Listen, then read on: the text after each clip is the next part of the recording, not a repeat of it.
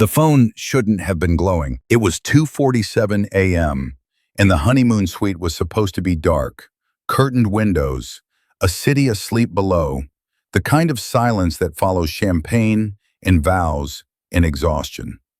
The Savannah River shimmered faintly beyond the glass, lights stretching like soft gold veins through the water. Everything about this night was designed to say, forever. Nia Brooks woke because something felt wrong in her body before her mind could catch up. A quiet alert, a vibration too deliberate to be accidental. She turned her head slightly, careful not to wake the man beside her, and that was when she saw it. Graham's phone on the nightstand, screen lit, a single message hovering like a dare in the dark. Room key worked. Same rules as always. M. For half a second, her brain rejected it. This wasn't suspicion. This wasn't intuition. This was impact, the kind that steals the air from your lungs before pain arrives. The glow of the screen painted the ceiling, pale and unforgiving, and Nia felt her pulse slow instead of race. A professional reflex she developed over years of staring at evidence that ruined people's lives. She didn't touch the phone at first. She stared at it the way you stare at an oncoming car, frozen by the certainty that moving won't change the outcome. Then another message slid into place beneath the first. You still owe me for tonight. In the bathroom, the shower ran, water against tile. Graham humming softly, off-key, the same tune the string quartet had played when he kissed her after the vows. Nia reached for the phone. If you're already leaning in, already feeling that pull to understand what happens next, take a second, like the story, leave a comment if it hits close to home, and follow the channel. Stories like this don't live without listeners. Her fingers were steady as she unlocked the screen. That steadiness frightened her more than shaking would have. She scrolled. The thread didn't begin tonight. It didn't begin this week. It didn't even begin with the engagement.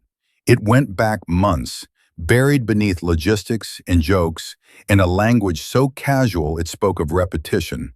Hotels, codes, rules.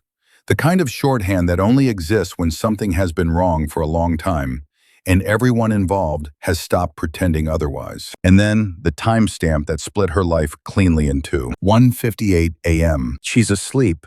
Come now. Nia's chest tightened, not with jealousy, not even with grief, but with a sudden, nauseating clarity. This hadn't happened instead of her. It had happened around her. Carefully, practiced, like a system. She lifted her gaze from the phone to the room, the scattered rose petals now wilted and bruised against the carpet, the empty champagne flute tipped on its side, her wedding dress draped over a chair like a shed skin. 12 hours ago, she had stood in a historic church beneath vaulted ceilings and said yes to a man who promised partnership, transparency, a life built on respect. Graham Whitlock had looked directly into her eyes when he said it. The water shut off. Nia locked the phone and placed it back exactly where it had been, screen down, angled just so. She lay back against the pillows, the sheets still warm from their bodies, and closed her eyes as if she were drifting back to sleep. Her mind didn't race. It organized. Dates, patterns, risk. This was not a mistake. The bathroom door opened, steam curling into the room. Graham emerged barefoot, towel slung low on his hips, confidence radiating from him in the way it always had. Earned, inherited, rehearsed. He smiled when he saw her, the soft, private smile reserved for moments no one else was meant to see. Hey, he murmured, climbing back into bed. You okay? She turned her face toward him slowly, deliberately. She let her eyes soften, let her mouth curve just enough to suggest fatigue, not suspicion. Just tired, she said. It's been a long day. He kissed her forehead, lingering. Best day, he corrected. Nia let him believe that. Inside her, something ancient and unyielding had settled into place. Not heartbreak, not hysteria, decision. The kind that doesn't announce itself with tears or raised voices, but with silence and precision. Because whatever Graham Whitlock thought this marriage was, whatever game he believed he was playing, He had made one catastrophic error. He had married a woman who knew how to read patterns, a woman who understood how reputations were built, how narratives were controlled, and how the smallest, quietest pieces of evidence could bring down empires. And the phone that shouldn't have been glowing had just told her everything she needed to know. Nia Brooks had never believed in being rescued. Long before there was a wedding dress hanging in a Savannah hotel suite, before there was a man with a legacy surname and an easy smile, she had learned a quieter truth about power. If you didn't build it yourself, it could always be taken away. She was the daughter of a public school teacher and a postal worker on Chicago's South Side, raised in a brick two-flat where excellence wasn't encouraged, it was required. Not because anyone expected her to be exceptional, but because mediocrity was expensive in a world that charged Black women interest for every mistake. Nia learned early how to read rooms, how to listen more than she spoke, how to make herself indispensable without making herself small. Numbers became her first language. Balance sheets, patterns, the subtle fingerprints of dishonesty that hid inside clean reports and charitable missions. She rose through firms that never quite knew what to do with her brilliance until she stepped out on her own and built a reputation that traveled faster than her resume. Foundations trusted her. Boards deferred to her.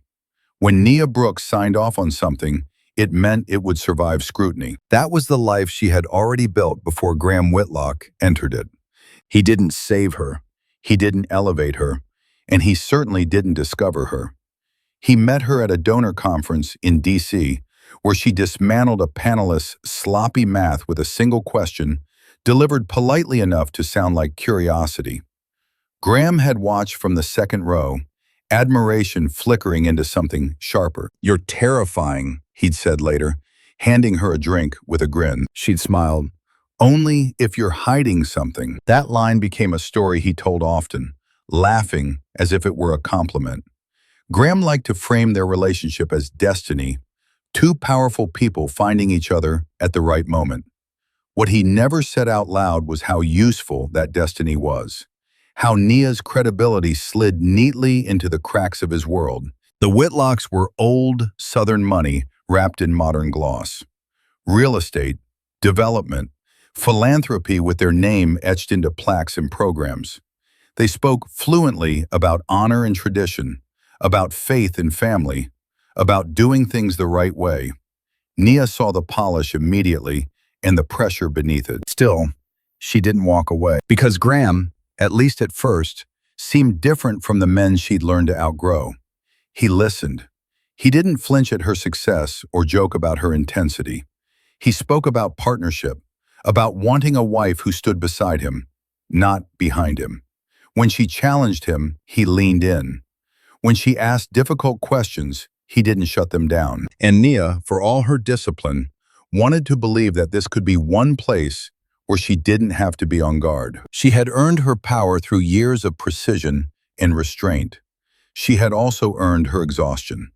There was a hunger in her, not for luxury, not for status, but for rest. For a life where strength didn't have to be armor all the time. Graham seemed to recognize that hunger and speak directly to it. "I don't need you to prove anything," he'd told her once, tracing circles on her wrist as if the gesture itself were reassurance. "I just want you." She believed him because she wanted to. Not blindly, not foolishly, but with the conscious risk of a woman who understood exactly what she stood to lose.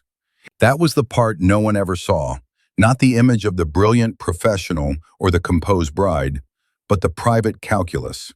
The way Nia weighed trust like an investment, examined it from every angle, and still chose to commit. The wedding became a public symbol of that choice. Savannah was perfect for it, historic, elegant, steeped in tradition that disguised power as charm. The Whitlocks' world gathered easily, smiling warmly, welcoming her with an enthusiasm that felt rehearsed but sincere enough to pass. They called her accomplished, impressive, a credit to the family. A credit. The word should have bothered her more than it did. On the day she walked down the aisle, Nia was not a woman chasing validation. She was a woman offering partnership. She believed she was entering a marriage that would add to her life, not define it. She believed that love could coexist with ambition, that loyalty was not an unreasonable expectation, that the man who held her hands and promised transparency understood the weight of that vow. What she didn't yet understand was how often men like Graham confused admiration with entitlement, how easily they mistook a woman's earned power for a resource, how practiced they were at loving what benefited them while resenting what they could not control. That realization would come later. For now, in the dim light of a honeymoon suite, where everything still smelled like roses and champagne, Nia lay beside her husband and understood something else entirely. The betrayal she had uncovered did not negate who she was. It did not erase the life she had built or the authority she carried. If anything, it clarified it. She was not a woman ruined by deception. She was a woman forced into revelation. And whatever came next would not be fueled by desperation or grief, but by the same disciplined intelligence that had carried her this far. Mia Brooks had not become powerful by accident, and she would not surrender that power now. From the outside, it was exquisite. Magnolias spilling down wrought iron railings. White roses layered so densely they looked like clouds. The historic church glowing in the late afternoon Savannah light, as if it had been polished for centuries in anticipation of this moment. Guests murmured about tradition, about legacy, about how perfectly everything fit. Inside the machine, perfection was enforced. Nia sensed it the moment she stepped into the bridal suite that morning and realized nothing truly belonged to her. Not the schedule, not the pace, not even her own nerves. There were clipboards, assistants, quiet directives delivered with smiles that did not invite disagreement. Everything moved according to a system already in place, one that had executed weddings, fundraisers, and public spectacles long before she arrived. This wasn't just a marriage, it was a brand reaffirmation. The Whitlock's fingerprints were everywhere. The church wasn't chosen because it meant something to Graham and Nia. It was chosen because generations of Whitlocks had been baptized, married, and mourned there. The guest list wasn't curated around intimacy, but influence. Donors, judges, politicians, bank presidents, people who understood exactly what it meant to be seen. Nia watched it all with composed attentiveness, the way she watched boardrooms before audits. She noticed who gave orders and who pretended not to, who hovered, who controlled access. Madeline Crowe never left the center of that web. She floated through the day in a pale blue dress that was carefully understated, close enough to white to signal importance without overstepping. Everyone deferred to her. Vendors looked to her for approval. Family members asked her questions they didn't ask Graham. When the schedule slipped by 3 minutes, it was Madeline who corrected it. Soft voice, firm eyes. She hugged Nia warmly when she arrived, her embrace intimate in a way that felt practiced. "Welcome to the family," she whispered, lips brushing Nia's ear. "You're going to do beautifully." The words should have sounded kind. Instead, they landed like instructions. During the ceremony, the illusion reached its peak. Sunlight streamed through stained glass. The choir's voices rose and fell with rehearsed emotion. Graham stood at the altar, calm and assured, a man who looked exactly like someone meant to be trusted. When Nia walked toward him, she felt hundreds of eyes assessing her. Her posture, her smile, her composure. She gave them nothing to criticize. The vows were eloquent, Graham's especially. He spoke of faithfulness in partnership with such conviction that several guests wiped away tears. Nia met his gaze and saw sincerity there, or something convincing enough to pass for it. She believed, in that moment, that this was real. That belief made the cracks harder to notice. At the reception, the machine hummed louder. Toasts flowed, laughter echoed, crystal clinked against crystal. Graham was everywhere and nowhere at once, present when photographs demanded it, absent when conversations turned personal. Nia danced with him beneath chandeliers and felt his hand firm at her back, proprietary, reassuring. But then he vanished. 20 minutes, Madeline said smoothly, when Nia asked. He had to take a quick call. Development issue. She smiled as if this were normal, inevitable, as if Graham's attention belonged elsewhere by default. When he returned, his hair was slightly disheveled, his smile too bright. Madeline caught his eye across the room and held it just a beat too long. The exchange was subtle, deniable, and unmistakably intimate. Nia saw it the way she saw inconsistencies in financial statements, not obvious unless you knew where to look. Later, as the band played and the crowd thinned, Nia noticed something else. Madeline managed proximity. She redirected conversations. She decided who got access to the bride and groom. When Graham was needed, she found him. When he needed to disappear, she made it happen. This was not chaos. It was choreography. By the time they left for the hotel, guests were buzzing about what a success the wedding had been. How seamless, how elegant, how lucky Graham was, how well Nia fit. In the car, Graham squeezed her hand and whispered, "We did it." Nia smiled back, exhaustion softening her edges, unaware that it had never been about the ceremony at all. The machine had done exactly what it was designed to do: produce an image so flawless that no one would think to question what was happening behind it. As the city lights blurred past and Savannah settled into its humid, perfumed night, Nia rested her head against the seat and exhaled. She believed she had just survived the hardest part: the scrutiny, the performance, the public threshold. She did not yet know that the real machinery, the hidden systems, the private rules, the agreements that were never spoken aloud, had already been running smoothly for a long time, and she had just married straight into it. Nia did not scream. That was the first thing that surprised her. She sat up slowly in the bed, the sheets sliding down her back, the phone warm in her hand as if it had absorbed the heat of her body. The room was quiet except for the steady rush of water from the bathroom, Graham's shower, Graham humming, Graham entirely unaware that the story of his life had just begun to fracture. Nia scrolled. The messages were not poetic. They were not desperate or emotional or even particularly sexual. They were logistical, efficient, stripped of romance in a way that suggested longevity rather than passion. Same rules as always. Use the side entrance. Text when you're clear. Rules meant precedent. Precedent meant time. Her thumb moved downward, each line a small, deliberate wound. Hotels in Charleston, a townhouse in Atlanta, a guest room at a Whitlock Lake property she had been shown proudly during the engagement. Dates aligned with Graham's business trips. Nights when he had called Nia late, apologetic, claiming exhaustion, promising to make it up to her. And then, like a blade turned slowly in the same place, tonight, 1:12 a.m., she's finally asleep. 1:15 a.m., room 614, don't knock. 1:58 a.m., hurry, I don't have long. The timestamps were merciless. They didn't speculate, they didn't accuse, they testified. Nia pressed her lips together, a familiar pressure building behind her eyes. Not tears yet, but something sharper.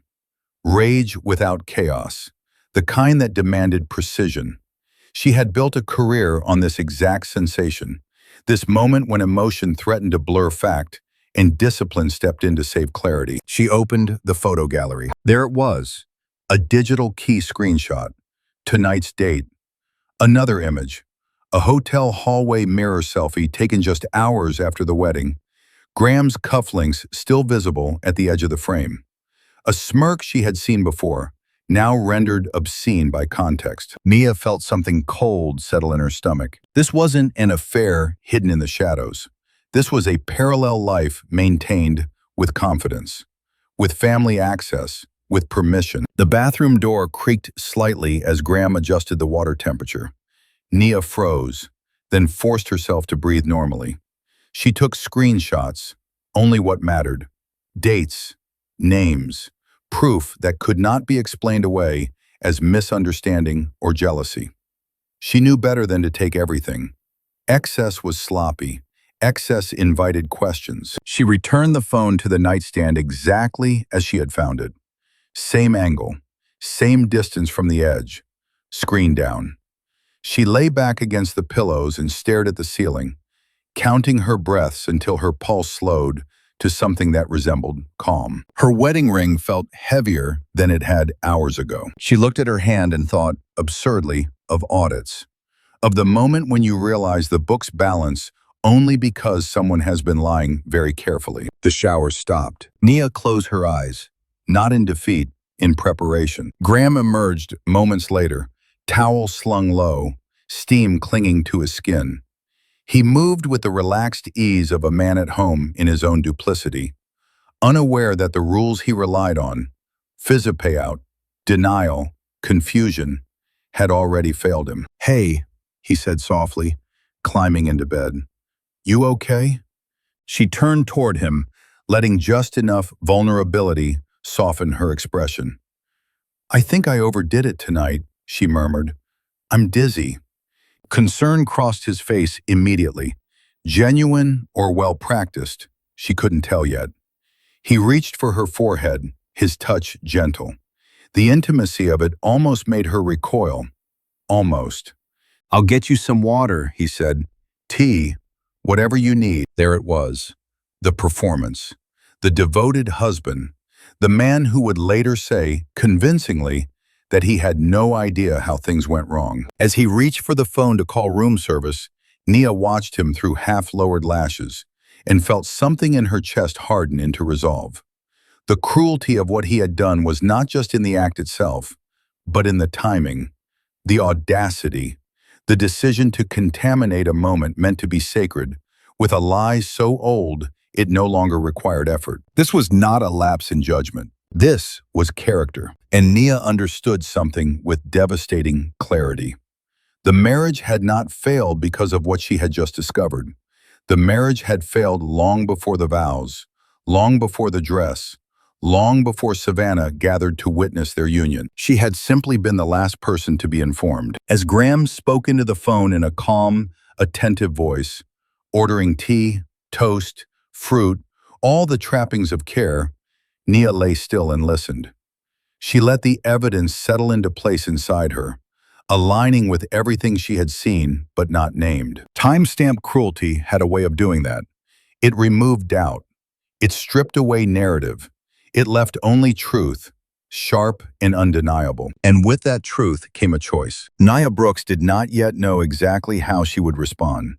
She only knew this: she would not waste her power on spectacle. She would not beg for honesty from a man who had built his life on concealment. She would move the way she always did when faced with corruption. Quietly, methodically, and with consequences that would last far longer than the night he thought he had gotten away with everything. Nia became an actress the moment Graham turned back toward the bed. It wasn't a conscious decision so much as a survival instinct refined by years of professional restraint. She had learned long ago that power rarely announced itself loudly. Power waited. Power observed. Power let other people underestimate it. "I'm sorry," she said softly, pressing her fingers to her temple. "I think the champagne finally caught up with me." Graham's face shifted instantly into concern, smooth and practiced, like a mask he could summon on command. He sat on the edge of the bed and brushed a strand of hair away from her face. The gesture might have been tender under different circumstances. Now it felt like a violation of space she hadn't yet reclaimed. "You should have told me," he said. "I wouldn't have let you push yourself like that." The irony was so sharp, it nearly made her laugh. Instead, she let her eyes flutter closed, her breathing shallow, convincing enough to invite care, but not alarm. "Could you order some tea?" she asked. "Chamomile, maybe? And toast. I just need something plain." "Of course," he said immediately. "Anything you need." He picked up his phone, the same device that had quietly detonated her marriage, and turned away to call room service. Nia watched his back, the familiar slope of his shoulders, the easy confidence in his movements. This was the man Savannah had toasted, the man who would be described tomorrow as devoted, attentive, deeply in love. He played the role flawlessly. When he returned to the bed, he tucked the covers around her with exaggerated gentleness, as if she were fragile glass instead of a woman who had built her life on precision. His hand lingered at her waist, possessive, reassuring to anyone watching. "You rest," he murmured. "I've got you." Nia nodded against the pillow and allowed her body to soften just enough to sell the illusion. Inside, her mind was already moving through contingencies. Timing, exit routes, what she needed, what she would leave behind. Room service arrived quickly.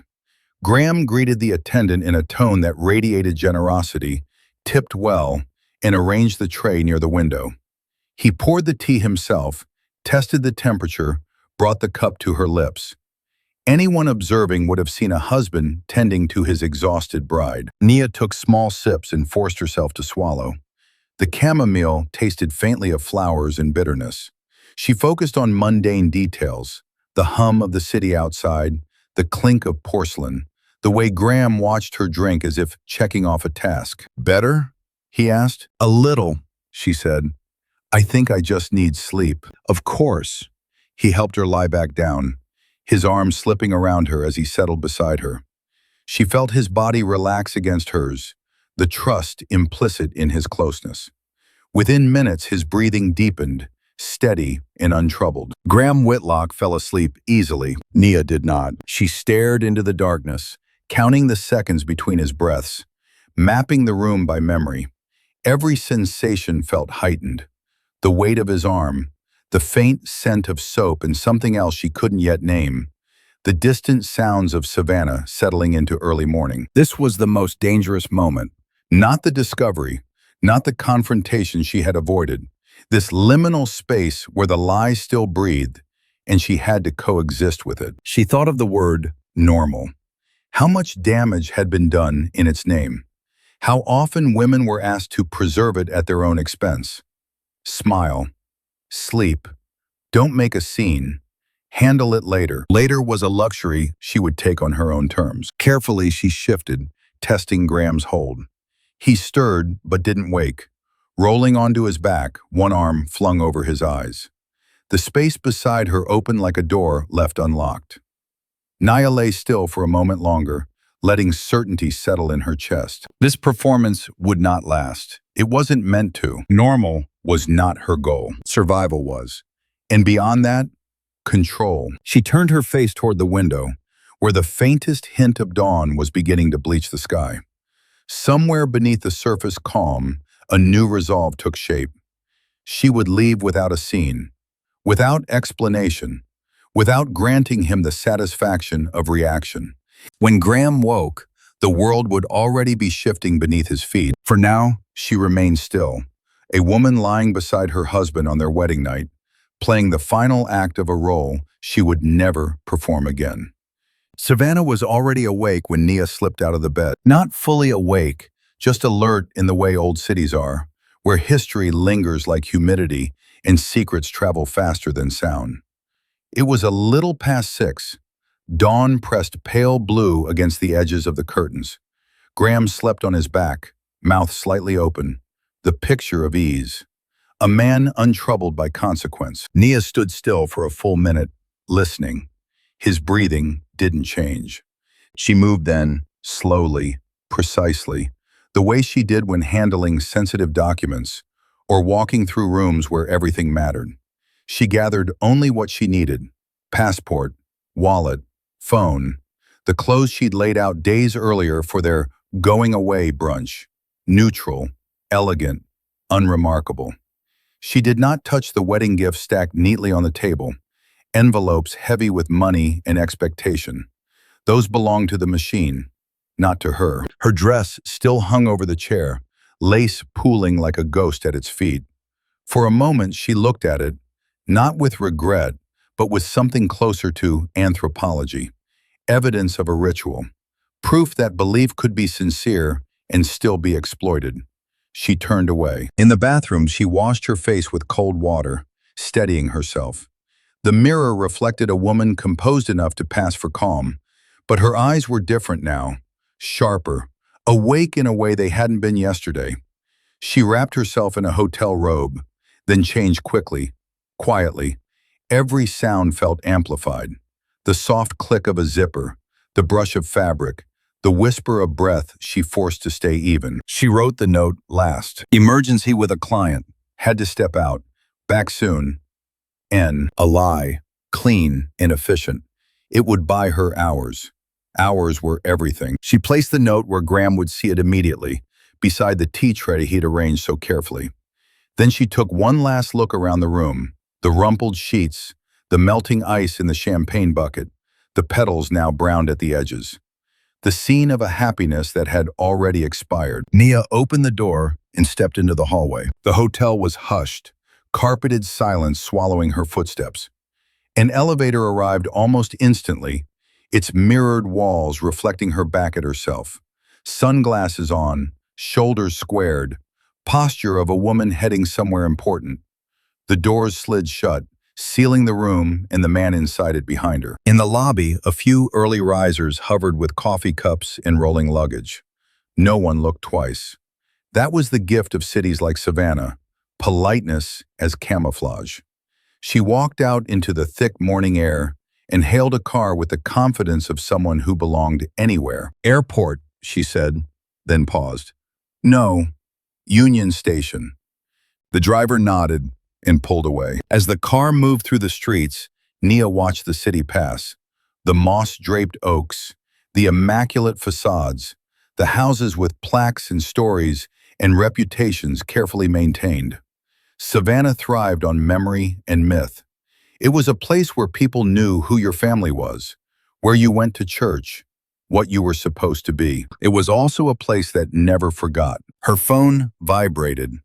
Graham, she let it ring. Another call followed, then a text. Where are you?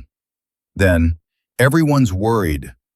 The language shifted quickly from concern to confusion to irritation. Nia silenced the phone and slid it into her bag. She felt no satisfaction yet, only focus. At the station, she moved fast. Ticket purchased in cash, destination chosen for anonymity, not romance.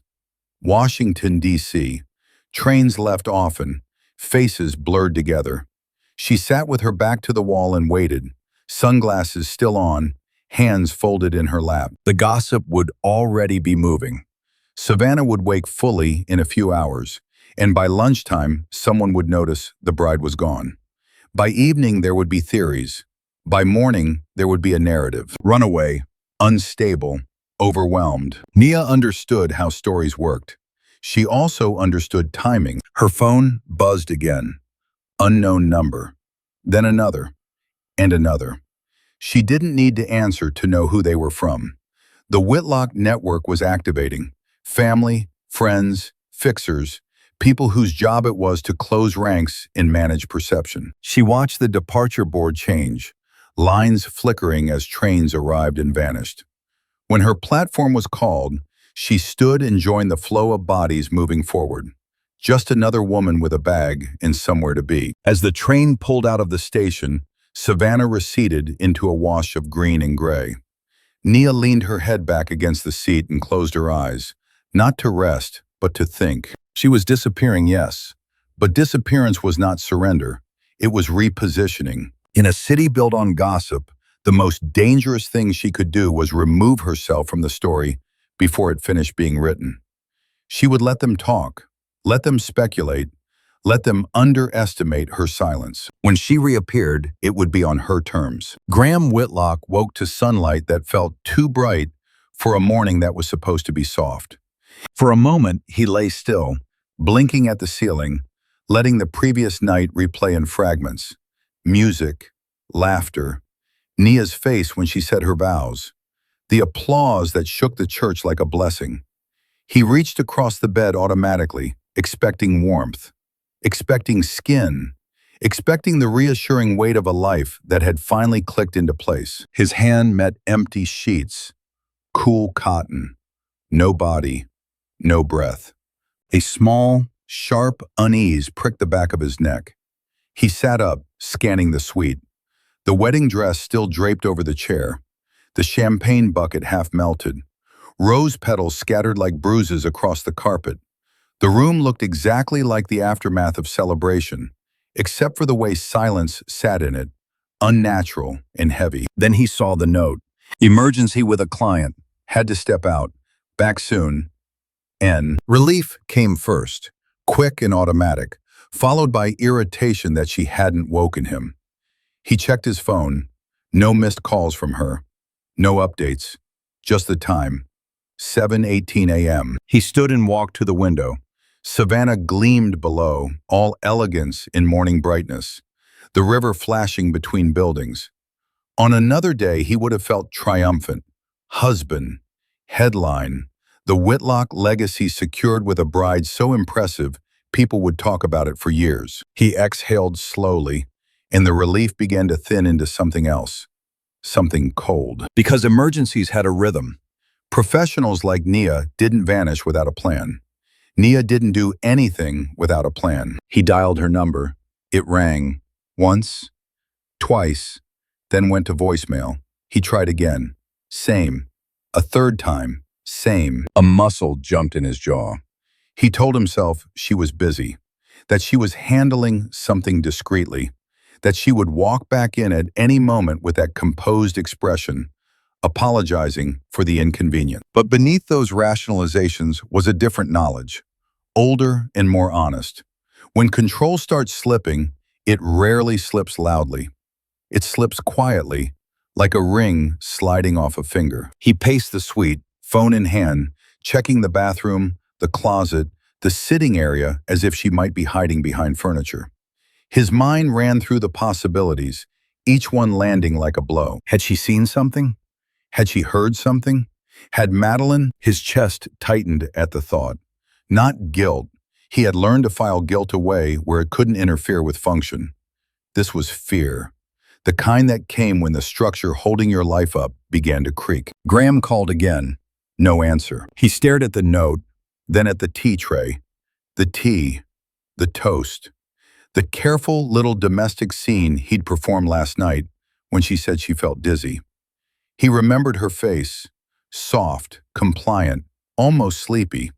He remembered thinking, with a flash of satisfaction, that he had pulled it off. And now, she was gone. He swore under his breath and finally did what he should have done immediately. He called Madeline. She answered on the second ring, voice smooth as if she'd been awake for hours. Morning, she said. How's married life? She's not here, Graham snapped. There was a pause. Not surprise, calculation. Not here, where? In the suite, she left a note. Emergency with a client. She's not answering her phone. Another pause. Longer. Graham could hear her breathing, steady and unhurried, and it infuriated him. You're sure she left willingly? Madeline asked at last. He laughed, sharp and humorless. What does that even mean? It means, she said, voice cooling, that you need to tell me exactly what happened last night. Not the version you tell yourself, the real version. Graham's grip tightened around the phone. He walked to the window again, lowering his voice instinctively, as if the city could overhear. Nothing happened, he said. We celebrated. We came back. She said she felt sick. I ordered her tea. I fell asleep. She's doing something dramatic. Madeline didn't bite. Dramatic isn't her style. That landed too close to truth. Graham stared out at Savannah's polished streets and felt something inside him begin to churn. He thought of the donor calls scheduled for next week, the bank meeting, the board votes, the investors who had finally stopped hesitating because he'd secured the one thing his image had been missing, a wife who radiated credibility. Nia Brooks wasn't just beautiful. She was unimpeachable. Ethical, respected, the kind of woman whose name soothed risk-averse men in tailored suits. When she stood beside him, people believed in him harder. Deals became easier. Questions became softer. He had needed that. He hated the nakedness of the word, but it was true. Needed. Did you tell her what? The truth about why you married her. Graham's throat went tight. I married her because I love her. Madeline made a sound, not laughter exactly, but something close. You love what she does for you, she corrected. You love the way people look at you when she's on your arm. That's not the same thing. His face burned. You don't know what you're talking about. I know exactly what I'm talking about, Madeline said. Her voice turned sharper, a blade sliding free. I've been cleaning up after you since college. I've watched you charm and promise and panic. I've watched you build your life on applause and then freak out when the applause fades. So listen to me, Graham. If Nia is gone, you don't have a romantic problem. You have a structural problem. He swallowed. You're being dramatic. No, she said. I'm being practical. The Whitlock name can survive rumors. It cannot survive exposure. Exposure. The word made his stomach drop. He saw it suddenly, the way a foundation cracks, invisible until it isn't. If Nia spoke, if Nia framed the story first, it wouldn't be gossip. It would be credible. And credibility was lethal. Graham's mind raced, searching for leverage, for a narrative, for a way to bend reality back into a shape he could manage. Find her, he said, voice low. Now. Madeline exhaled slowly, like someone dealing with a child who refused to understand the stakes. We don't find Nia Brooks, she said. We contain the story. We control the optics. We make sure she looks unstable before she gets the chance to look righteous. His pulse thudded in his ears. She's my wife, he said, as if the title itself should command obedience. And that's the problem, Madeline replied almost gently. You keep thinking marriage makes people yours. Graham's jaw clenched so hard it hurt. Outside, Savannah shone as if nothing had changed. Inside the suite, the air felt thinner with every second she remained gone. He looked down at his wedding band, a circle of gold that suddenly felt less like victory and more like a liability.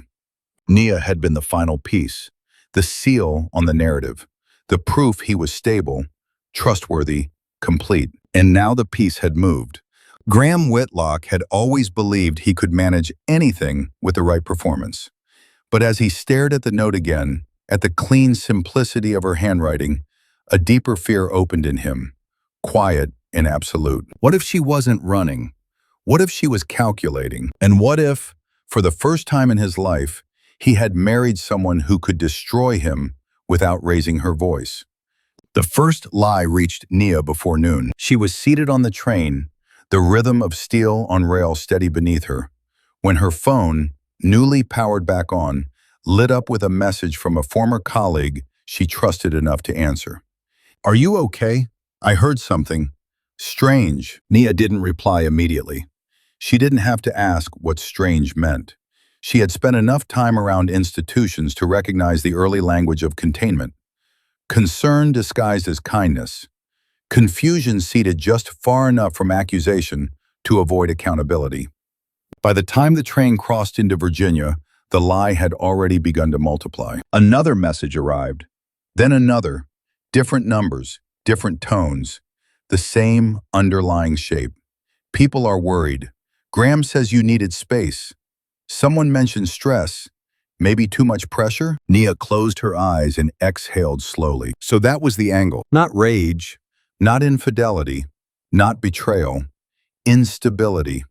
The oldest trick in the book, repackaged for a modern audience. A woman leaves quietly, refuses to explain herself, and suddenly the story writes itself. Emotional, overwhelmed, fragile, unreliable. She could almost hear Madeline's voice smoothing the narrative into place, offering it gently to the right ears. A breakdown after the pressure of the wedding. A sensitive woman who needed care, not credibility. A bride who cracked under the weight of legacy she didn't understand. By the time Nia reached Washington, the machine was fully awake. Her voicemail filled with messages she didn't answer. A foundation board member asking if she needed time off. A compliance officer checking in purely as a formality. A journalist requesting comment on reports of her sudden disappearance from Savannah. Reports. They move fast when they wanted to. Nia checked into a discreet hotel under her maiden name and sat on the edge of the bed, phone in her hand, watching the story assemble itself without her. The speed of it was almost impressive. No direct accusations yet, just implication, repetition, the quiet erosion of trust. The Whitlocks knew what they were doing. They weren't trying to destroy her outright. They were softening the ground beneath her feet, making it unstable enough that when she did speak, people would already be primed not to listen. And then came the professional strike. An email arrived from the ethics committee of a national nonprofit she consulted for, polite and devastating in its restraint. Given recent concerns, we're placing your engagements under temporary review. This is not disciplinary, merely precautionary. Precautionary. Nia felt the familiar chill of anger settle into her spine, but she welcomed it. Anger sharpened her. Panic dulled people. She would not dull. This wasn't just about a marriage anymore. This was an annexation attempt. They weren't content to rewrite the ending. They were trying to rewrite her, to strip her of the very thing Graham had needed from her in the first place: unimpeachable credibility. Her phone buzzed again. A new number. She let it go to voicemail. "Hey, Nia," Graham's voice said when she listened later, carefully modulated. "Everyone's really worried. This isn't like you. Please call me back so we can talk through whatever you're feeling." Whatever you're feeling, she almost smiled. The frame job was elegant in its cruelty. He didn't accuse her of wrongdoing. He suggested concern. He cast himself as patient, bewildered, generous. A husband standing by a wife who had lost her footing. And if she stayed silent, the silence would be interpreted for her. Nia stood and crossed to the window, looking out at the Capitol spread beneath her. Marble, monuments, power disguised as permanence. She had built her career understanding exactly how this worked, how narratives hardened into records, how early assumptions became footnotes that never quite disappeared. They thought they were ahead of her. What they didn't understand was that framing someone required speed, yes, but also certainty. And certainty collapsed the moment evidence entered the room. Nia unlocked her phone and began organizing what she had collected. Not everything, only what mattered. Time-stamped messages, location data, patterns that would speak for themselves when placed in the right context. She was not ready to release it yet. Not publicly, not emotionally. But the moment the Whitlocks escalated from gossip to professional damage, they crossed a line that could not be smoothed over with charm or money. This was no longer about a woman who disappeared. It was about a man who tried to erase her credibility to protect his own. And Nia Brooks had never let anyone do that without consequence. Nia did not choose the ally lightly. By the third night in Washington, sleep came in fragments, broken by the low hum of the city and the sharper hum of calculation in her mind.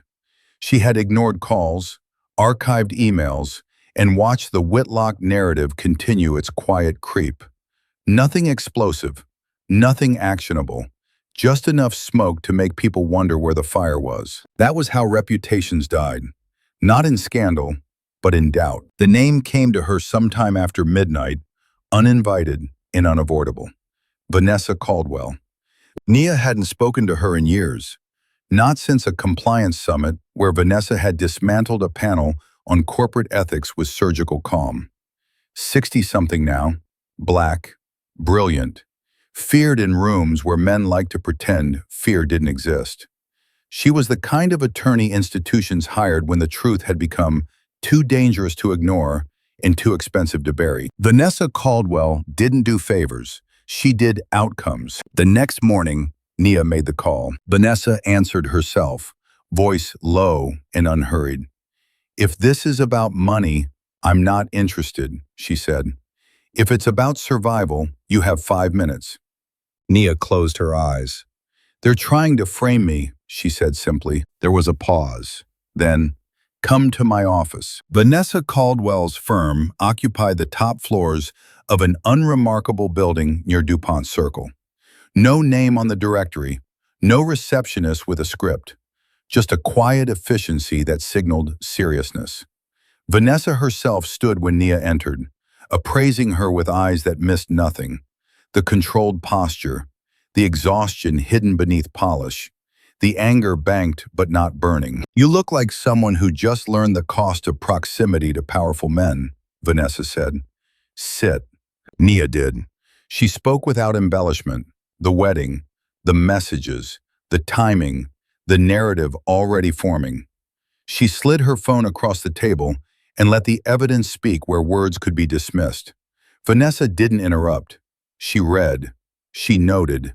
She nodded once. "When did you realize they were coming for your credibility?" Vanessa asked. "When the ethics committee called it precautionary," Nia replied. Vanessa smiled then, not warmly, professionally. "That's the tell. They don't want to beat you in court. They want to make you radioactive." She leaned back, fingers steepled. "Let me be very clear, Dr. Brooks. You are not dealing with a marital dispute. You are dealing with a reputational laundering operation. Your husband needed your name to stabilize his risk profile. Now that you've removed it, he needs to discredit the asset before it walks." The words landed with a heavy finality. Nia felt something tighten in her chest. Not fear, but recognition. "I want to stop it," Nia said. Vanessa studied her. "Stopping it is easy. Winning costs." She slid a legal pad across the table. On it were 3 bullet points, written in neat, precise handwriting. Time, discipline, control. "You don't get to clap back," Vanessa continued. "You don't get to explain yourself on social media. You don't get to cry in interviews. If I take you on, you do exactly what I tell you, exactly when I tell you, even when it makes you uncomfortable." Nia's jaw set. "And the price?" Vanessa's gaze sharpened. "You don't get to walk away once we start. You don't get a quiet life if a loud truth becomes necessary. And you don't get revenge that feels good but accomplishes nothing." Silence stretched between them, thick and deliberate. Finally, Nia nodded. "I can live with that." Vanessa reached for her phone. "Good, because the first thing we're going to do is let them think their frame job is working." Nia blinked. "You want me to do nothing?" "I want you to do less than nothing," Vanessa corrected. "I want you to look unstable, unreachable, in retreat, because the moment men like your husband believe they've won, they get sloppy." She stood, signaling the meeting was over. "Go dark, change your number, freeze your calendar. I'll handle the institutions. When we move, it will be once, and it will be irreversible." At the door, Vanessa paused and looked back at her. "One more thing," she said quietly. "This will cost you the illusion of being liked. Are you prepared for that?" Nia thought of Savannah, of Graham's vows, of the way credibility had been treated like a commodity. "Yes," she said. "I've already paid more than that." Vanessa nodded once. "Then welcome to the other side of power." Vanessa Caldwell's first instruction felt like swallowing fire and calling it water. "Do not respond," she said, voice flat as a gavel. "Not to him, not to his family, not to the whispers. Silence is not weakness if you control what fills it." Nia obeyed. She changed her number. She scrubbed her calendar. She let the Whitlock narrative float without her hands on it. Watch people lean in toward the easiest explanation because humans always preferred a story that didn't require work. She let them think she was gone, shaken, unraveling. And while the gossip did its lazy circling, Nia did what she had always done best. She worked. Surgical revenge wasn't loud. It didn't slam doors. It didn't shout names. It removed oxygen, quietly, methodically, until the fire died and the people watching swore it had burned out on its own. Vanessa set the structure. Nia executed the details. It began with a list. Not emotional, not dramatic, just facts. Every Whitlock-linked entity she had touched in the last year. Every foundation board member she'd met through Graham. Every compliance memo she'd softened with her credibility because she believed she was supporting a legitimate expansion. Every investor who had leaned forward when Nia Brooks nodded, as if her nod was a signature. She had never given Graham money. She had given him something rarer. She had given him confidence. And confidence, in high-stakes finance, was the difference between a deal and a disaster. Nia opened a fresh document and wrote 3 headings the way she always did when walking into corruption. Where the money comes from, where it goes, who benefits. The first calls were gentle, to a program director at a major foundation who had been considering underwriting one of Graham's affordable housing initiatives. Nia didn't accuse, she asked questions. Do you have third-party verification on the subcontractor costs? She said, calm and curious. Have you reviewed the debt structure post-rate hike? I'm only asking because I'm no longer in a position to vouch personally. The pause on the other end was audible. Vouch personally. That phrase hit like a cold hand. Of course, the director said slowly. We'll take another look. Nia ended the call politely and made a note. Next, a private equity contact in New York who had been flirting with Whitlock Development as a legacy brand play. Nia didn't warn him away. She simply withdrew her presence from the conversation. I'm stepping back from any involvement, she said. If you proceed, make sure your due diligence team digs deep. Reputation can mask risk. The investor chuckled until she didn't. Her silence made the warning heavier than a lecture. Understood, he said, voice suddenly sober. Nia ended the call and made another note. Vanessa watched the pattern form the way a strategist watches dominoes line up. You're not sabotaging him, she reminded Nia. You're correcting the market. You're restoring friction. He's been sliding downhill on your credibility like it's ice. Each call took a fraction of the endorsement away. Each email added a small delay. A request for more documentation. Another round of verification. A new risk committee review. Graham's world was built on momentum. You could feel it in his language. Moving fast, staying ahead, seizing the moment. Momentum kept lenders from staring too long at the math. Momentum kept investors from asking why timelines were always optimistic and costs always unexpected. Momentum kept everyone from noticing that the empire was held together by performance and pressure. Nia didn't need to topple him with a scandal. She only needed to slow him down until the truth caught up. Then she did what she'd avoided for years because she believed in discretion. She activated the formal channels. Vanessa helped her craft the language. Clean, professional, lethal. Not allegations, concerns, requests. Notices that certain relationships might present conflicts of interest. A reminder that specific financial structures required disclosures that had not been clearly presented. They filed nothing frivolous, nothing sensational. Every word was supported by documents and dates. Time-stamped cruelty had taught Nia what overconfidence looked like. Overconfidence left trails. Within a week, the first tremor hit. A banker in Savannah called Graham's office requesting updated statements earlier than planned. A board member postponed a vote pending additional review. A contractor demanded partial payment up front instead of trusting the Whitlock name. Small things, quiet things. Oxygen leaving the room.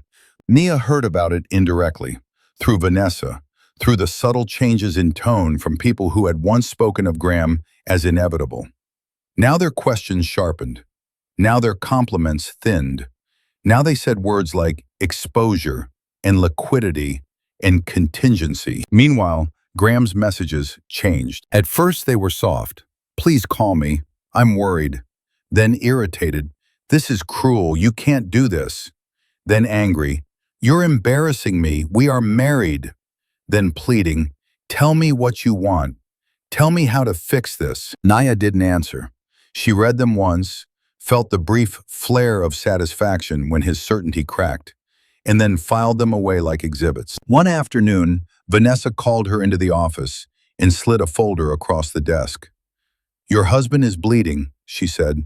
Not publicly, yet, privately. Nia stared at the folder. Her name was nowhere on it. That was the point. This wasn't about her being seen.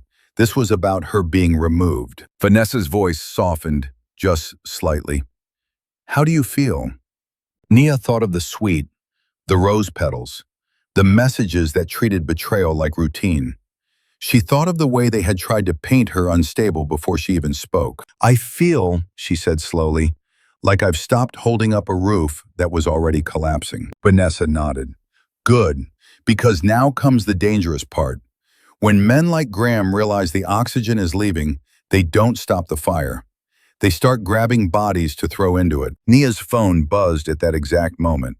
An unknown number, Savannah area code. She didn't answer, but she felt something in her bones. A shift, a pressure change in the atmosphere. The machine was noticing the missing piece, and it was about to strike back. Madeline Crowe had always believed she was untouchable, not because she was reckless, but because she was useful. Useful people rarely paid the price first. They were protected, excused, repositioned. For years, Madeline had lived inside that protection, the quiet architect behind Whitlock Optics, the woman who smoothed rough edges before anyone noticed they existed. She wasn't on the paperwork. She wasn't in the headlines.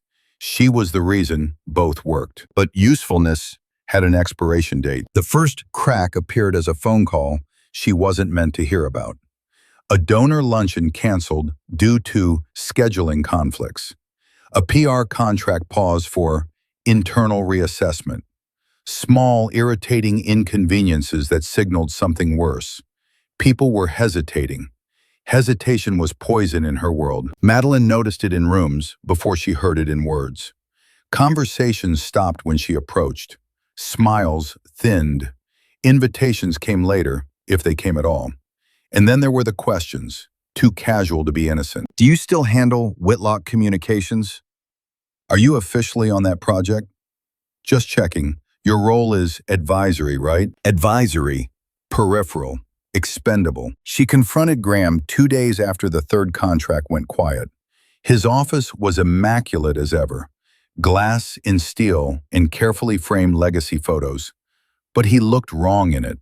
Pale, restless, distracted by numbers on a screen that refused to line up the way they used to. This is because of her, Madeline said without preamble. Graham didn't look up.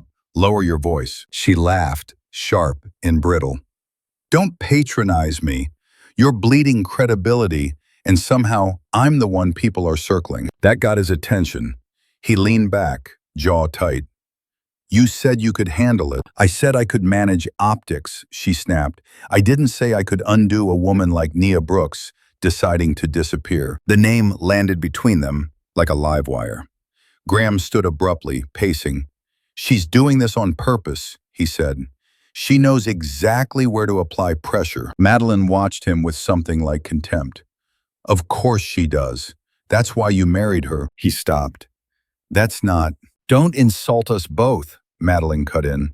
You married her because she stabilized you. Because she made men with money stop asking hard questions. And now she's withdrawn the endorsement. That's not revenge. That's market correction. Graham's hands curled into fists. Fix it. Madeline felt something inside her finally snap. Not fear, but recognition. He wasn't asking for help. He was assigning blame.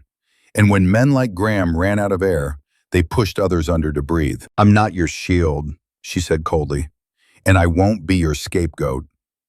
2 hours later, she learned just how serious that risk was. An attorney she barely knew called her directly, voice careful, professional. Ms. Crowe, we're conducting a routine review related to Whitlock Development's external communications. We'll need copies of all correspondence you've handled on their behalf for the past 18 months. Madeline's throat went dry. Under what authority? Compliance, the attorney replied. And cooperation would be wise. By nightfall, the truth was unavoidable. Nia Brooks hadn't gone after Graham directly. She'd removed herself from the equation and let gravity do the rest. And gravity, inexorable and fair, was pulling everything down, especially the parts that had never been designed to be seen. Madeline sat alone in her apartment, documents spread across her dining table like a confession. Hotel bookings, travel reimbursements, internal emails she'd once considered harmless, evidence of proximity, of facilitation, of intimacy blurred deliberately into logistics. For the first time in years, she felt exposed. She typed an email to Graham and deleted it, then another. Then she threw her phone across the couch and laughed. the sound hollow and unrecognizable. Loyalty had always been her currency, discretion her shield. And yet, here she was, realizing the oldest truth in proximity to power. When it burns outward. By morning, Madeline had made a decision of her own. She pulled out a notebook and began writing down everything she knew. Dates, places, conversations never meant for records. Not because she planned to release them, not yet, but because knowledge, like oxygen, could be hoarded. And if Graham intended to sacrifice her to save himself, she would not go quietly. Nia Brooks had removed the oxygen from the room. Now Madeline Crowe was deciding whether to strike a match or find a way out before the fire consumed them all. Madeline didn't knock on Nia's door. She couldn't. Knocking implied humility, and Madeline Crowe had never survived by being humble. She stood in the hotel corridor like she belonged there, heels planted, posture immaculate, sunglasses still on despite the dim light. When she finally raised her hand, it wasn't to knock. It was to press the small silver call button the concierge had used to announce her arrival. Nia watched through the peephole, pulse steady. Vanessa's voice echoed in her memory. Do not meet her alone. Do not meet her unprepared. Do not meet her like a woman in pain. Meet her like a woman in control. Nia opened the door only halfway, chain still latched. You shouldn't be here, she said. Madeline's lips curved. And yet, here I am. There was something different in her today. The confidence remained, but it had edges now. Hairline fractures beneath the polish. A faint tightness around her mouth. A restless energy that didn't belong to someone who was winning. Nia didn't ask how she found her. She already knew. People like Madeline didn't find addresses by accident. They pulled threads until the fabric came apart. I'm not interested in a conversation, Nia said. Madeline tilted her head. You should be. Because right now, everyone in Savannah is deciding what you are. A tragedy. A cautionary tale. A woman who couldn't handle the Whitlock world. Nia held her gaze. And you came to deliver that personally? I came, Madeline said, voice lowering, because your little disappearance has consequences you don't understand. Nia almost smiled. Almost. She'd learned long ago that the most dangerous people weren't the ones who shouted. They were the ones who threatened with calm certainty. Madeline had always been calm. Today her calm was strained. Come in, Nia said at last, and unlatched the chain. Madeline stepped inside and froze for half a beat, as if startled by the lack of chaos. Nia's hair was neat. Her clothes were simple, sharp. Her face was composed. On the coffee table sat 2 cups of tea and, beside them, a closed notebook and a pen placed with deliberate precision. The room smelled like citrus and clean linen, not desperation. Madeline's gaze flicked around, searching for weakness and not finding it. Nia gestured to the chair opposite her. Sit. Madeline sat, crossing her legs slowly. So, she said, as if they were 2 women negotiating a charity gala. You saw the messages. Nia's expression didn't change. You already know what I saw. Madeline exhaled through her nose. Graham shouldn't have been sloppy. The casualness of it made something cold bloom in Nia's chest. Not shock. She'd passed shock weeks ago. It was the way Madeline framed betrayal as a matter of technique, not morality. As if the sin was carelessness, not cruelty. Why are you here? Nia asked. Madeline leaned forward slightly, lowering her voice as if sharing a secret. Because Graham is spiraling, and when Graham spirals, the family closes ranks. That means they'll need a villain. She paused, letting the words hang. And you know who the easiest villain is? The woman who vanished. Nia held her stare. So your plan is to threaten me into silence. Madeline's smile flickered, a fraction too quick. I'm offering you a path that doesn't destroy you. Destroy me, Nia repeated softly, tasting the audacity. You mean the way he tried to destroy me on our wedding night? Madeline's jaw tightened. You keep making this emotional. Nia's laugh was quiet, almost gentle. You're confusing emotion with consequence. For the first time, Madeline's composure slipped. Her hand moved to her bag, then stopped. a nervous gesture she tried to swallow. "You think you can just take your little forensic accountant skills and topple the Whitlocks?" she asked. "You don't understand what you married into. This isn't just about Graham. This is about legacy, about people who don't lose." Nia leaned back, voice even. "If you didn't think you could lose, you wouldn't be sitting here." Madeline's eyes flashed. "I'm here because I'm trying to prevent collateral damage." "Collateral," Nia said, and the word carried the weight of her entire life. "That's what I was. An asset, a stabilizer, a clean face." Madeline's lips parted, then closed.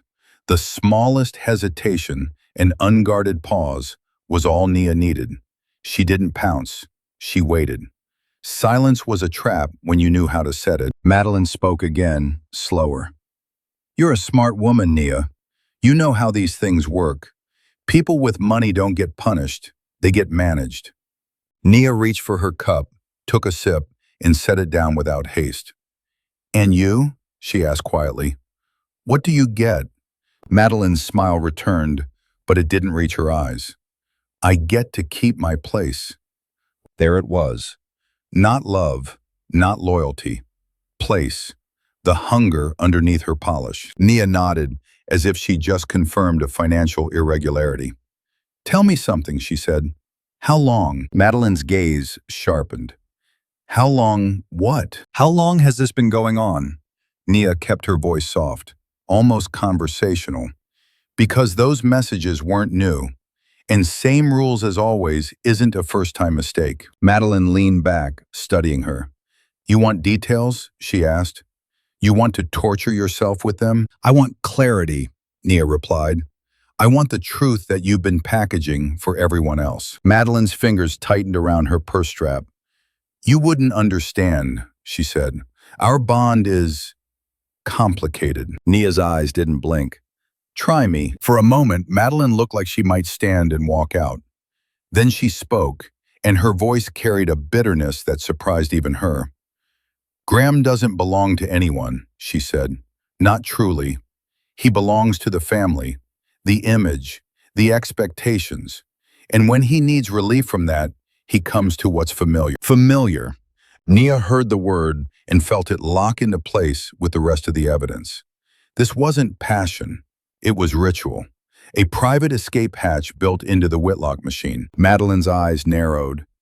"You think you're righteous because you're hurt," she said. "But you were chosen.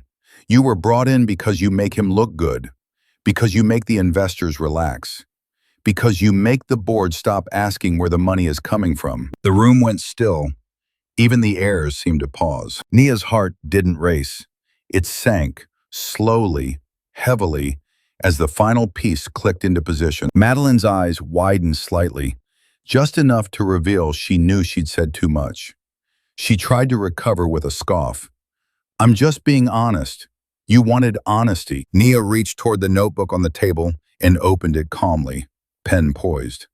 "I do," she said. "Keep going." Madeline stared at her, realization dawning. "You're recording this," she accused. Nia's smile was faint, controlled. "I'm documenting," she corrected. "It's what I do." Madeline's face hardened. "You're playing a dangerous game." Nia met her gaze, voice low and steady. "No," she said. "I'm ending one." And for the first time since she'd walked out of that honeymoon suite, Nia felt the power shift fully into her hands. Not because she had screamed, not because she had begged, not because she had thrown a scene, but because she had forced the truth into daylight and made it sit still long enough to be seen. Vanessa Caldwell treated the law the way grandmasters treated chess, not as a series of moves, but as a language of inevitability. When Nia walked into her office the morning after Madeline's visit, she didn't come with tears or a shaken voice. She came with notes, timestamps, phrasing, the exact moment Madeline had slipped and revealed the truth underneath the Whitlock polish. She placed the notebook on Vanessa's desk like evidence in an altar offering. Vanessa read without interrupting, lips pressed thin. When she finished, she looked up and said, "Good. Now we stop reacting." Nia exhaled. "They're accelerating," she said. I got another email, another precautionary review. Vanessa's eyes hardened. They're trying to make your silence look like guilt, she replied. So we removed their ability to interpret you. That afternoon, the first move landed. Not dramatic, not public, but irreversible. Vanessa sent letters on Nia's behalf to every institution that had dared to pause her work based on rumor.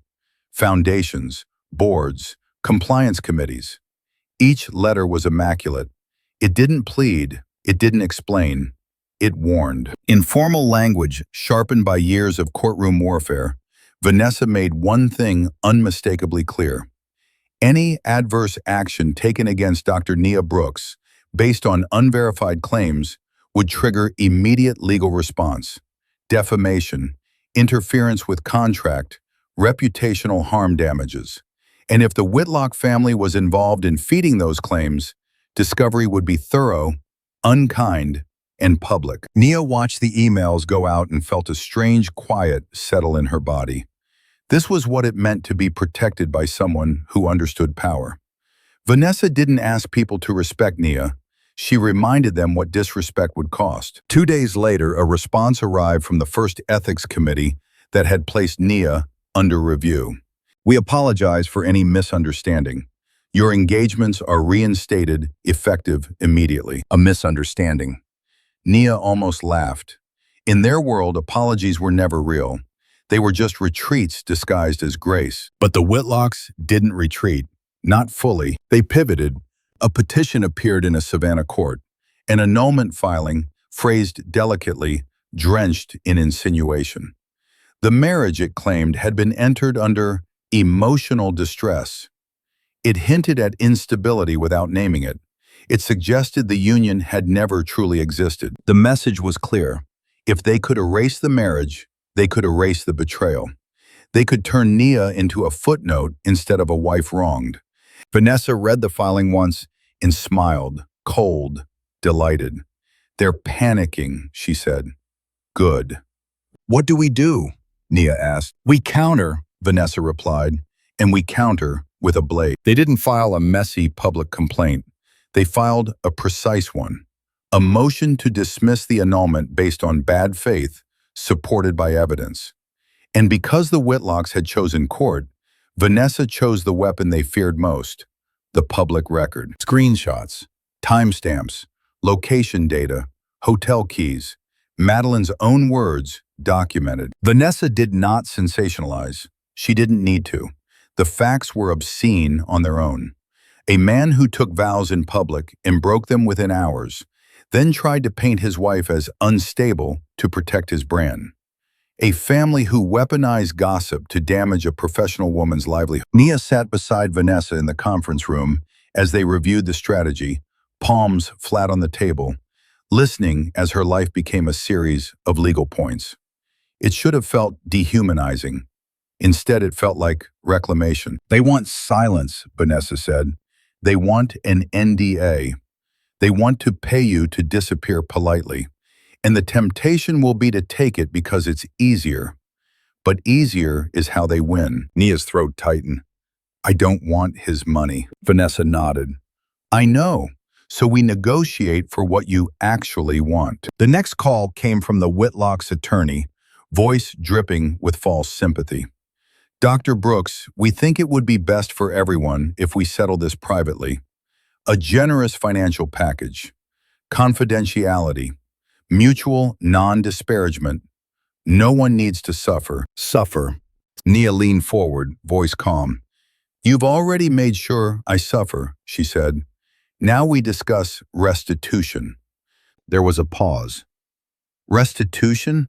The attorney repeated, confused. Vanessa took the phone from her hand. Here are our terms, she said, and her voice could have cut glass. No annulment, divorce only, no NDA, a written public correction retracting any claims of instability. Immediate cessation of all third-party contact meant to damage Dr. Brooks's professional standing, and a charitable contribution in both names to an organization that supports women harmed by coercion and reputational abuse. The attorney inhaled sharply. That's Unusual. Vanessa smiled into the receiver. So is sleeping with your stepsister on your wedding night? The line went silent. Nia watched Vanessa, heart pounding now, not with fear, but with the rush of seeing someone speak truth without flinching. For weeks, the Whitlocks had relied on the assumption that Nia would be polite, that she would protect decorum even when decorum was being used as a weapon against her. Vanessa was a different kind of decorum, one built not on manners, but on consequence. 2 hours later, another call. Different tone, no sympathy this time, just urgency. We can agree to the divorce, the attorney said, and the financial terms, but confidentiality is non-negotiable. Nia's lips curved, not in amusement, but in certainty. Then we go to court, she said, and the public record gets everything. The attorney tried to recover. Dr. Brooks, think carefully. Public scrutiny. I have, Nia interrupted softly.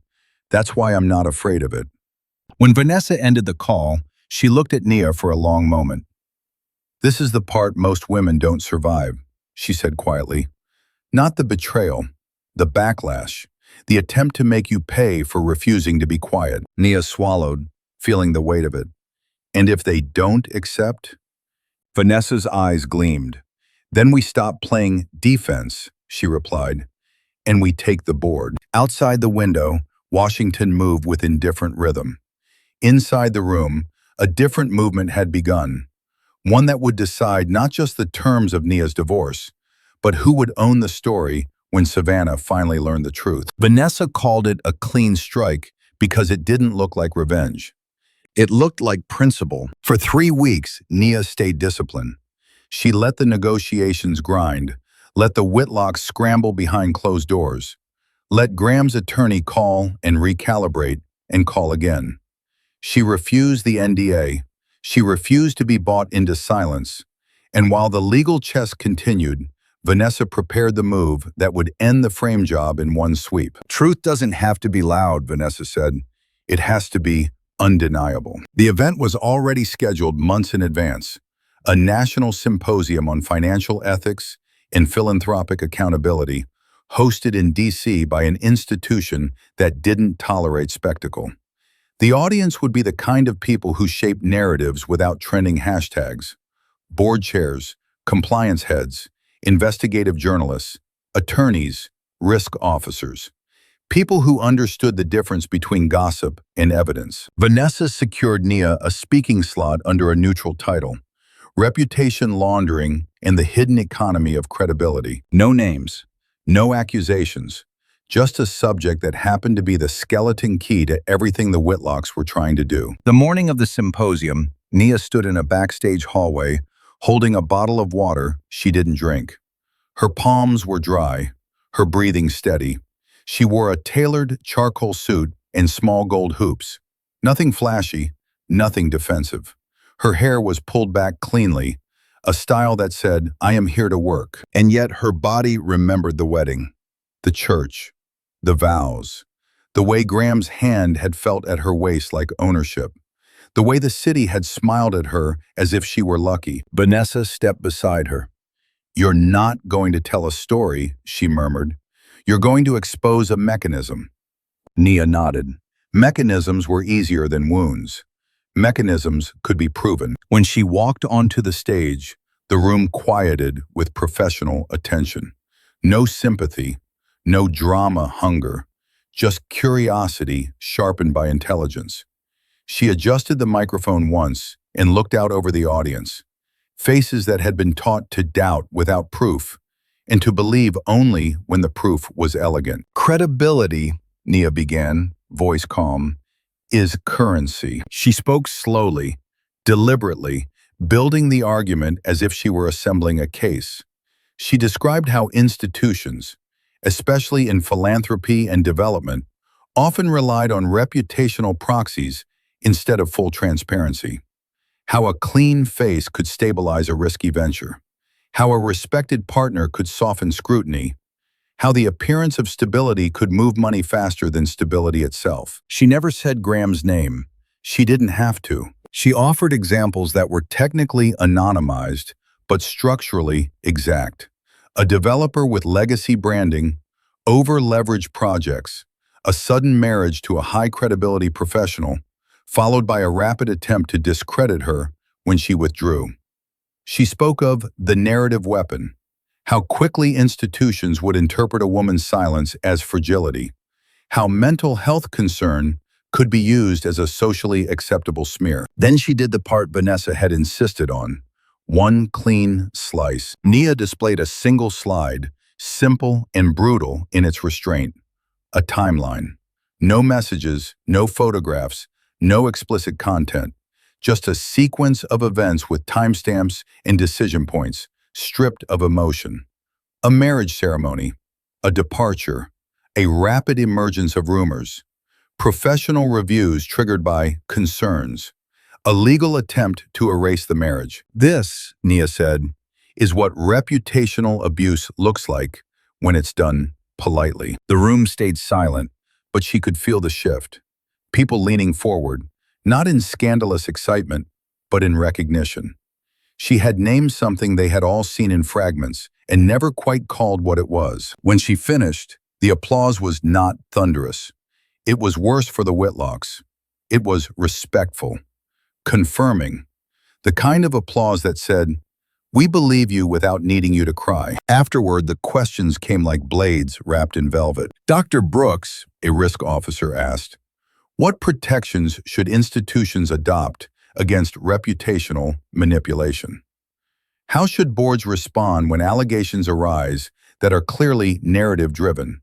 an attorney asked. A journalist in the second row raised her hand. "Is this based on personal experience?" Nia paused just long enough for the room to feel the weight of the question. Then she answered with controlled honesty.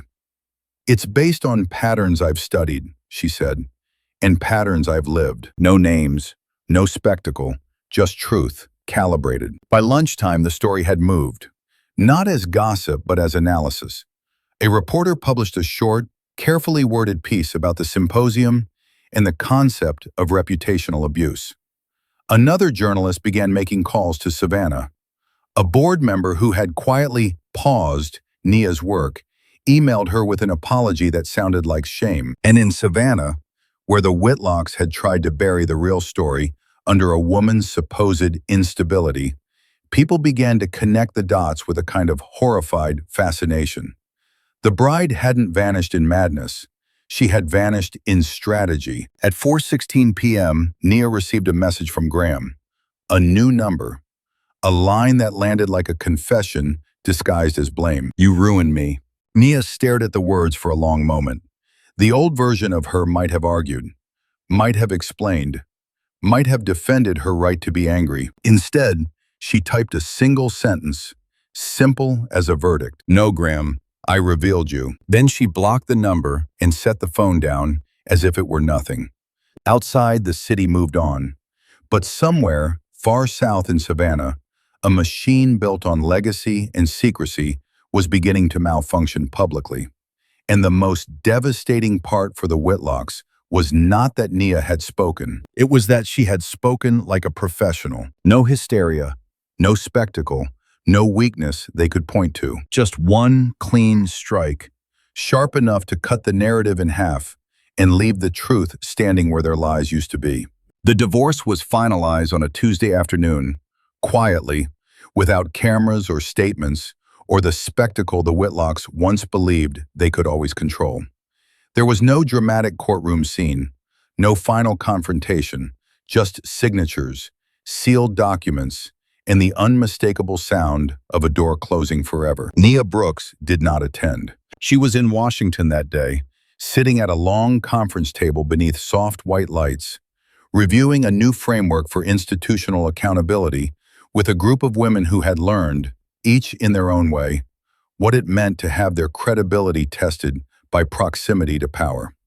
Her name was on the agenda not as a cautionary tale, but as an authority. That, more than anything, was the outcome Graham Whitlock had never planned for. The consequences arrived unevenly, as they always do. His projects stalled, not explosively, but persistently. Lenders hesitated. Boards demanded explanations that could no longer be smoothed over by charm. Invitations stopped arriving. The Whitlock name didn't collapse, it thinned. Weakened by scrutiny it was no longer protected from. Madeline disappeared from public view entirely, her influence evaporating once usefulness gave way to liability. Nia did not watch any of it closely. She had learned that freedom was not found in witnessing someone else's downfall, but in no longer orbiting it. She took what was hers, her name, her work, her reputation, and she expanded them. She built a practice dedicated to protecting institutions from exactly the kind of reputational laundering she had survived. She mentored younger professionals, especially women, especially Black women, teaching them how to recognize when admiration turned into extraction. "Never let them rent your credibility," she told one of them once. "If they need your name more than your voice, walk away." On rare nights, when the city grew quiet and memory pressed close, she allowed herself to grieve, not the marriage, but the version of herself who had believed love alone could insulate her from systems designed to consume. She felt compassion for that woman now. That woman had trusted, had hoped, had entered a beautiful lie with open eyes and still been betrayed. That was not weakness. That was humanity. Nia's life, rebuilt carefully and deliberately, could no longer be annexed by anyone else's ambition. No one needed her silence to feel powerful. No one needed her proximity to feel legitimate. She belonged entirely to herself, and the work she chose now reflected that truth. The Whitlocks would go on telling their version of events to whoever would still listen. But history, as it often does, settled on the quieter, sturdier narrative, the one supported by evidence, by integrity, by a woman who refused to disappear the way she was supposed to. Nia Brooks had not been ruined. She had been clarified. And if this story moved you, if you recognize the patterns, the quiet violence of reputation theft, the power of refusing to perform pain, then stay with us. Like this story, share your thoughts in the comments. Follow the channel for more narratives about resilience, truth, and the moment a life stops being negotiable. Because some stories don't end with revenge. They end with freedom.